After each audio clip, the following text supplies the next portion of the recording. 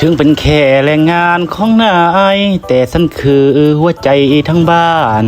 ค่าแรงหลักร้อยมือนี้ก็ออกเฮ็ดเวียกนอกนะพี่มันตรงกับชีวิตค่อยดีก็เลยมีอารมณ์ร้องเพลงนะพี่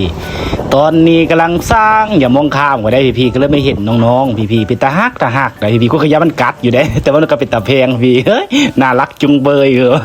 เจ้าเก่าเจ้าเดิมพี่เบิ่งผักกาดโอ้ยกินกับก้อยซีนมาเพียเด้เจ้าของคิดในใจนะงานนี้ก็คือทั้งพวนเด้อพี่พวนดินแน่ยุกแปลงแน่มือนี้ได้33หนานนะ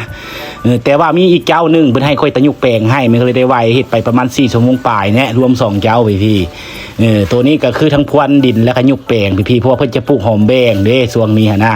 เห็นบ่นานก็ประมาณนี้พี่หลังจากแล้วเสร็จสับหน้าตาก็สวยงามตามท้องเรื่องพี่บ่งามก็ย้องเอาแล้วตัวเองเฮ็ดเนาะ หลังจากงานแรกพันไปจะพาไปเบิ่งงานที่2พี่งานที่2นี่ก็คือเพิ่นให้ข้อยเฮ็ดตะหนานเขาเจ้าว่าก็คือเพิ่นไทยแล้วเพิ่นเห็นข้อยเฮ็ดอยู่เพิ่นก็เลยขับรถมาถามไปเฮ็ดให้ในตี้เพิ่นว่าน้ำ20,000เฮ็ดบ่เจ้าของว่าช่วงนี้ฮับเบิดได้ช่วงนี้เจ้าของก็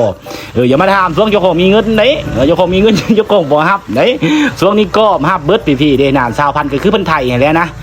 ก็มีตาเฮ็ดยกแปลงให้เพิ่นน้ำ20,000พี่ผู้ดีได้33หนานก็มีนาน50แน่นาน20,000แน่พี่น้ำมันเบิดเกือบ200,000พี่ประมาณ100,000ปลายเติมน้ำมันเพราะน้ำมันช่วงนี้มันแพงนะพี่